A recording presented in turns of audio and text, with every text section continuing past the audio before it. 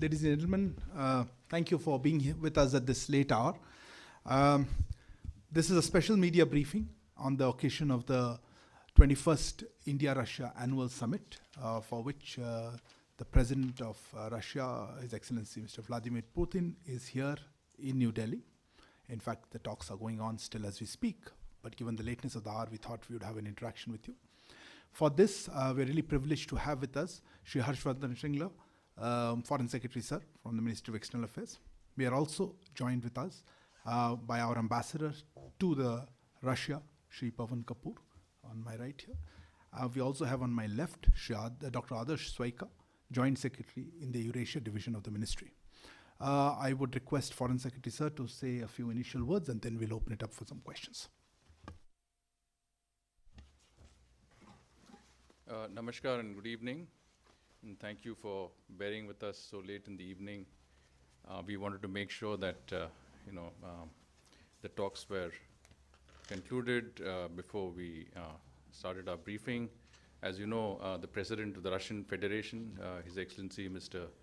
Vladimir Putin, is on a brief working visit to India.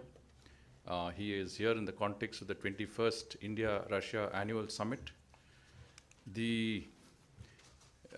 As you're aware, this is President Putin's second visit out of Russia since the COVID pandemic began. The only other visit he has undertaken was a brief visit to Geneva for the Russia-US summit that he had with President Biden. The fact that President Putin has decided to visit India for our annual summit exceptionally is an indication of the importance he attaches to the bilateral relationship and, of course, his personal rapport with Prime Minister Shri Narendra Modi ji. You're also aware that President Putin had conferred Russia's highest civilian award on the Prime Minister in 2019. The visit of President Putin is short, but nonetheless highly productive, highly substantive. There were excellent discussions between the two leaders, and much of this will be reflected in the outcome document that is expected to be issued shortly. The visit concluded in a joint statement titled India-Russia Partnership for Peace, Progress and Prosperity. The joint statement captures the state and future potential of our relationship. In all, a record number of 28 agreements or MOUs were concluded during this visit. These agreements were both government to government as well as business to business, including involving our public sector units in both countries. The agreements cover a very wide range of sectors, including trade, energy, culture, intellectual property, accountancy, cyber attacks in the banking sector, manpower, geological exploration, survey, education, etc. India and Russia have also signed a program of cooperation in the field of defense for the next 10 years, 2021 to 2031. The diversity of agreements and MOUs signed today shows the multifaceted nature of our bilateral partnership. We will be sharing the joint statement and the list of agreements concluded with you shortly.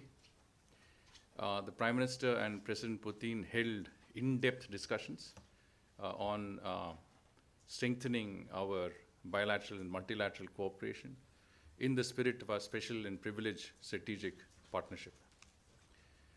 Both leaders noted that the extent of our bilateral cooperation in fighting the COVID pandemic was significant, in particular in the areas of vaccines and humanitarian assistance. It would be recalled that fairly early in the COVID pandemic, India had supplied COVID-related medicines to 25 regions and over 60 hospitals of Russia. In the same spirit of solidarity, Russia supported our efforts to fight the second wave of the pandemic. We'll also recall that President Putin spoke to Prime Minister Modi on the 28th of April this year, after which there was extensive Russian support and solidarity in the form of the supply of concentrators, medicines, and so on and so forth. Prime Minister thanked President Putin for the welfare of the Indian community in Russia, especially during the COVID pandemic, particularly for the 15,000 Indian students resident in Russia. Both leaders discussed the need for mutual recognition of vaccine certification to enable easier travel of our citizens to each other's countries. The enhancing bilateral trade and investments figured prominently in the talks. This year we have noticed an encouraging trend of growth in our trade compared to last year, when there was a downturn owing to the COVID pandemic. Obviously, I think both sides are looking forward to continued increase in the trade and investment trajectory. Some very ambitious targets have been set, and we are, I think, well on our way to achieving those both in the trade and investment side. There was talk of how to enhance our trade and economic cooperation, including through long-term procurement of essential commodities, elimination of trade barriers, strengthening inter-regional linkages, bolstering connectivity, including through the international north-south transport corridor and the Chennai-Vladivostok Eastern Maritime Corridor. These two initiatives are very important and special initiatives. We're happy to speak more about them as we have an interactive session following this statement. Also, on the trade and investment side, I think there are some very specific plans which include long-term cooperation in the areas of inland waterways, civilian shipbuilding, fertilizer, coking coal, steel, skilled manpower. Essentially, what we're looking at is long-term arrangements whereby some of the essential commodities that we need from Russia are available on some sort of arrangement that could be to our mutual benefit. Cooperation in coking coal, for example, has emerged as an important area of cooperation. In the last few years, we have supplied an MOU. We have signed an MOU in October with Russia for coking coal for the steel-making industry in India. We have recently entered into short-term contracts for fertilizers. We are looking at long-term arrangements in both these areas, including also in other areas of energy that is of interest to both sides. There was a discussion on follow-up to cooperation in the Russian Far East. You will recall that Prime Minister had visited Vladivostok in 2009 for the last annual summit, where he was also guest of honor at the Eastern Economic Forum in Vladivostok.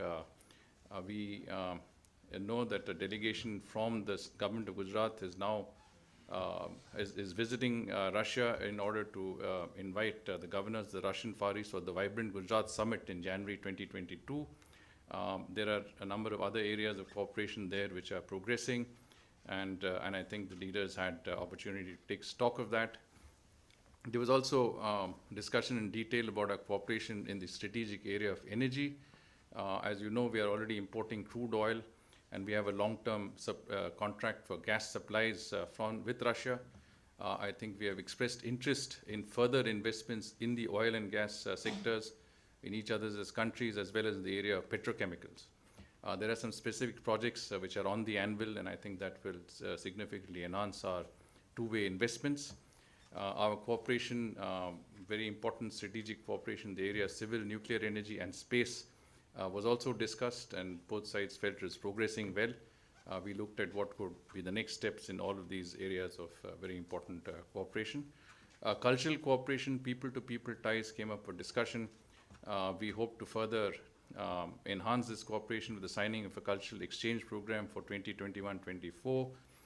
We are also looking at intensifying our Buddhist links with Russia. There are apparently 15 million Buddhists in Russia, and this community is keen on looking at India for pilgrimages, other areas of interest. So that cultural cooperation and that connect is also of interest to both countries. The President Putin and the Prime Minister exchanged views on regional and international issues of common interest. They decided to continue close consultation and coordination between India and Russia on the situation in Afghanistan, including for a peaceful, secure and stable Afghanistan with an inclusive government that represents all sections of society. Both sides were also very clear that Afghanistan territory should not be used for sheltering, training or planning, financing any acts of terrorism. There were, of course, concerns over the issue of drugs and other concerns that could emanate from Afghanistan. There was a need to obviously, felt that humanitarian assistance to the people of Afghanistan was important. There was a lot of emphasis on the issue of counterterrorism. I think both sides were clear that this is an area of common interest, as of course, similarity views on all issues of regional and global importance. But in particular, I think counterterrorism was mentioned and discussed, and I think you will find that there was this fairly strong sense of joint sense on how to deal with terrorist entities such as ISIS, Al-Qaeda, Lashkar-e-Toiba, and other entities that are functioning in our neighborhood. During discussions on multilateral cooperation, the Prime Minister conveyed his personal appreciation to President Putin for his participation in the high-level segment on maritime security that India hosted under its presidency of the UN Security Council in the month of August. President Putin confirmed Russia's continued support for the permanent membership of India in a reformed and expanded UN Security Council. He also acknowledged and thanked India for its support for Russia's observership both in NAM as well as the Indian Ocean Rim Association. The summit was preceded by a bilateral meeting between our defense ministers and our foreign ministers, and the convening of the Intergovernmental Commission on military and military technical cooperation matters. And more importantly, we held the first 2+2 dialogue at the level of foreign and defense ministers this morning. It was a very substantive meeting with very, very extensive exchanges on areas of common interest that could encompass both regional and global issues. And I think both sides appreciated the opportunity for this fairly candid exchange on views that seem to reflect a great deal of commonality in our thinking and our positions on various matters that were discussed. The 2+2 dialogue also allowed exchanges on areas that we had an interest in our own neighborhood, such as Afghanistan, other international hotspots. On the COVID-19 pandemic, I think the inadequacy of existing multilateral systems to respond to threats in an integrated and networked world was certainly discussed, and both sides were on the same page. Ministers agreed that the 2+2 dialogue helped in exchanging perspectives on important issues. Russian defense and foreign ministers invited their counterparts, our defense, Raksha Mantri and External Affairs Minister, to visit Russia for the next 2+2 dialogue next year. The invitation was accepted, and dates will be decided through diplomatic channels. As you can imagine, very extensive cooperation extended to acknowledging the 50th anniversary of the 1971 Treaty of Peace, Friendship and Cooperation signed between India and the then Soviet Union. Also 2 decades of the Declaration of Strategic Partnership. This was in 2000 when President Putin had visited India that the strategic partnership was established. It's been 2 decades since then. Just to sum up, very positive trajectory of trade and investment relationship, new drivers of economic growth such as long-term sourcing and of course investment cooperation. Areas like fertilizers, coking coal, gas were certainly identified as possible areas of mutual interest. I think there was a sense that Russian companies could enhance their involvement in the 13 key sectors of the production-linked incentive scheme of the Government of India under our Atmanirbhar Bharat program and Make in India initiatives. There was a greater intensity of inter-regional dialogue on economic cooperation between the states, our states and the regions of Russia. I did mention about the Vibrant Gujarat initiative involving the Russian Far East. As an example, there was some reference to this. There was, of course, a very important development in the signing of the military cooperation program for the next 10 years. We also concluded the joint production of the AK-203 rifles. As you know, this has been under discussion for some time. This agreement was also concluded to satisfaction. It is another example of joint manufacturing under the Make in India program, greater involvement of Russia in investing in India jointly with Indian companies. The international north-south corridor, as I mentioned, provides a very, very cost-effective, faster multimodal transportation between Russia, Central Asia, Iran, and India using the Chabahar port, and that connectivity is something that is under discussion between the two sides as well as our other partners, including Iran and Central Asian states. There was appreciation on the space program, training of 4 Indian cosmonauts who are on the Gaganyaan mission. They've concluded their training, but there is many other areas of cooperation with Russia in the space sector, including joint development, joint R&D, etc. In terms of, I mentioned about the importance attached to terrorism by both sides, including the fact that both sides stressed on the need to address the scourge of cross-border terrorism. I think both sides shared their commitment to fight against international terrorism, the need for concerted action against all terrorist groups, including those proscribed by the United Nations. Both sides felt it was important that the perpetrators of terrorism be brought to justice. In that context, there was a need felt to support and strengthen the FATF mechanism and the UN Office of Counterterrorism. On Afghanistan, again, I mentioned the main elements, including the issue of terrorism emanating from Afghanistan, concerns in that regard. And of course, both sides felt that the safeguarding of global commons, including our oceans, etc., principles of transparency, and of course, the need for a post-pandemic world to have transparent, reliable and resilient supply chains was also discussed. So this is in very brief. Of course, we'll be happy to respond to questions now. Thank you. Thank you very much, sir, for such a comprehensive overview. We'll take a few questions now, but please introduce yourself and the outlet that you start off with. Pranay, please.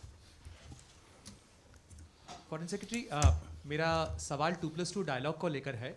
उसमें भारत की तरफ से जब चीन eastern Ladakh के tension को लेकर उठाया गया मुद्दा, तो रशिया की तरफ से क्या कहा गया, क्या उसमें सहमति जताई गई, और दूसरा रशिया की तरफ से जब ऑकस को लेकर टिप्पणी की गई, तो क्या भारत वो कंसर्न शेयर करता है कि ऑस्ट्रेलिया को न्यूक्लियर पावर सबमरीन की सप्लाई जो है वो इस इलाके में और आसियान रीजन को न्यूक्लियराइज करने की का खतरा पैदा कर सकती है? Smita Sharma, contributing editor with India Ahead.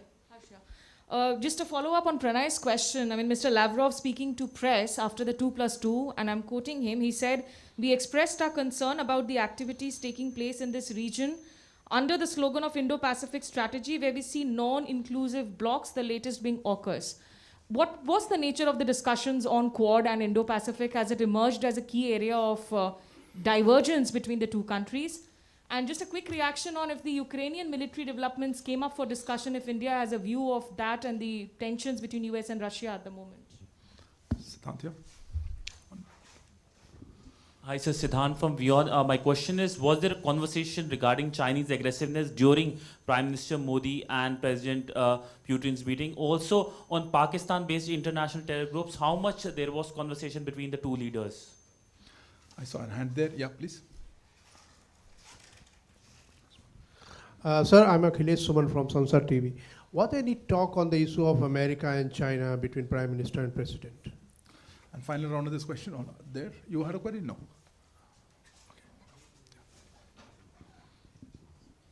Mujib Mashal from the New York Times. If I can ask, sir, is there an update on the S-400? Was that discussed?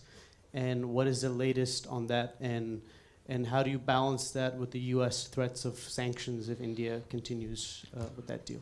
So I think we'll take this round of questions. If permit. So let me try and respond to some of these. Some questions do overlap, and I'll try and respond in in general terms. I think the issue, one of the issues raised was, concern about the Indo-Pacific strategy. Here, I would say that the discussions at the 2+2 were quite extensive, covered a very wide range of areas. We discussed Southeast Asia, ASEAN, and of course we did discuss the Indo-Pacific and India security concerns. I would think that as far as the Indo-Pacific is concerned, there was a sense that we are cooperating quite extensively already with Russia on areas that involve the region. I did mention the Vladivostok-Chennai maritime corridor, that link, which is an important one, where the DPR is nearing completion, and we are looking at operationalizing that corridor, that maritime corridor, quite soon. We are working, we've also discussed with Russia on extending our cooperation in the Indian Ocean region also, maritime cooperation. So we're working with Russia in the region. But on all issues that have been mentioned, Pranay आपने भी चीन के बारे में जिक्र किया था, eastern Ladakh की जो अभी जो समस्या जो स्थिति वहाँ पे है, इसके बारे में चर्चा के बारे में आपने जिक्र किया. तो ये मैं कह सकता हूँ कि जितने भी मुद्दे थे इंडो पैसिफिक और जो हमारे सुरक्षा के अनुसार जो कंसर्न्स थे, वो सब डिस्कस किए गए हैं, और इससे ज़्यादा मैं अभी कह नहीं पाऊँगा. With regard to, I think, the issue of Pak-based terror groups, I think this is the question that Siddhant had raised. As I told you, there was a strong convergence on the issue of counterterrorism. There was a sense by both sides that strong action needed to be taken by the international community to address the issue of terrorism, particularly cross-border terrorism. Specific reference was made to the Lashkar-e-Toiba and other groups operating in our region. I think you can understand from this that there was the fullest sense that all those responsible for terrorism in our neighborhood need to be certainly taken into account by the international community. With regard to the Ukrainian military developments, I think Smita had asked that question. In the 2+2, I think the Russian side did provide a briefing on that situation. I don't think there was anything beyond that. I think Mujib had raised a question on the S-400. I think there was a sense that the S-400, which, as you're aware, is a legacy contract going back to 2018, and in fact discussed well before that. Supplies have begun this month and will continue to happen. On all issues relating to other countries, I think there was some mention of some other countries. It is important to note that whether it is us or Russia, we conduct an independent foreign policy, and I don't think we need to look at our relationship in the light of any other relationship that is there. Thank you. So we'll take, yeah, please.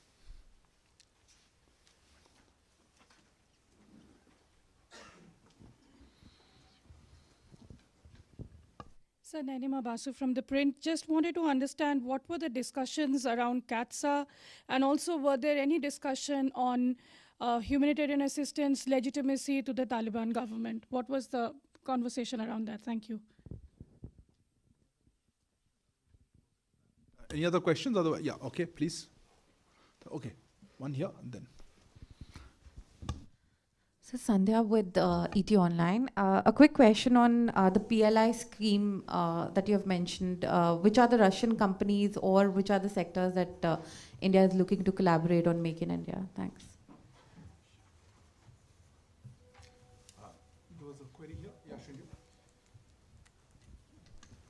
Srinjoy, please. So, this military technical agreement, would that include possible transfer in the future of hypersonic technology?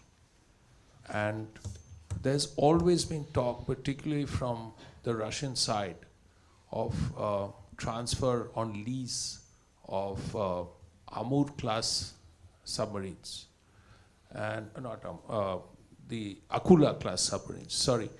And one was here, one is under discussion, a third is on offer. Was any discussions on that during the 2+2? Okay, last round of questions here. Okay.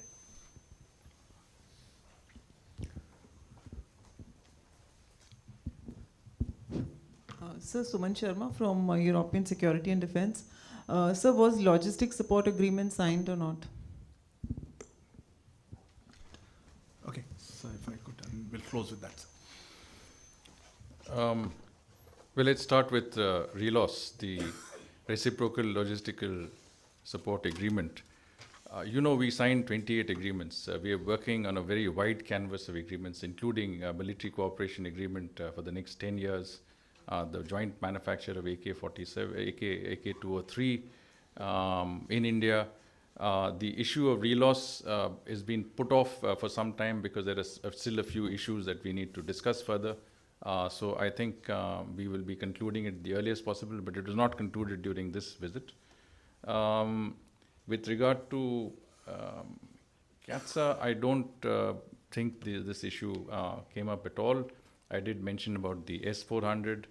On humanitarian assistance in Afghanistan, I think both sides agreed that humanitarian assistance for the people of Afghanistan would be called for, and that both sides were making efforts to provide that essential support to the Afghan people. The question of legitimacy of the government, I think, did not come up at all. The issue really was whether we should be extending humanitarian assistance. With regard to the PLI scheme, of course, I think there was one example that was certainly mentioned, that of steel. I think the Prime Minister invited Russian investments in the steel sector. The Russian side also expressed interest in that sector because it was felt that certain technologies, certain inputs could come in, which would be, I think, useful for both sides. The PLI sector, of course, there's also scope in shipbuilding, in the railways. There again, there is an interest, and I mentioned 13 key sectors. And those are certainly, areas, as I mentioned, civilian shipbuilding. You've got, areas like organic chemicals, steel, etc. And these are, and we've also asked the Russian side to continue consideration of setting up manufacturing facilities in greenfield industrial cities under the Industrial Corridor Program of the government. Srinjoy, I think I did mention that there was at the 2+2 fairly extensive discussion on defense-related cooperation.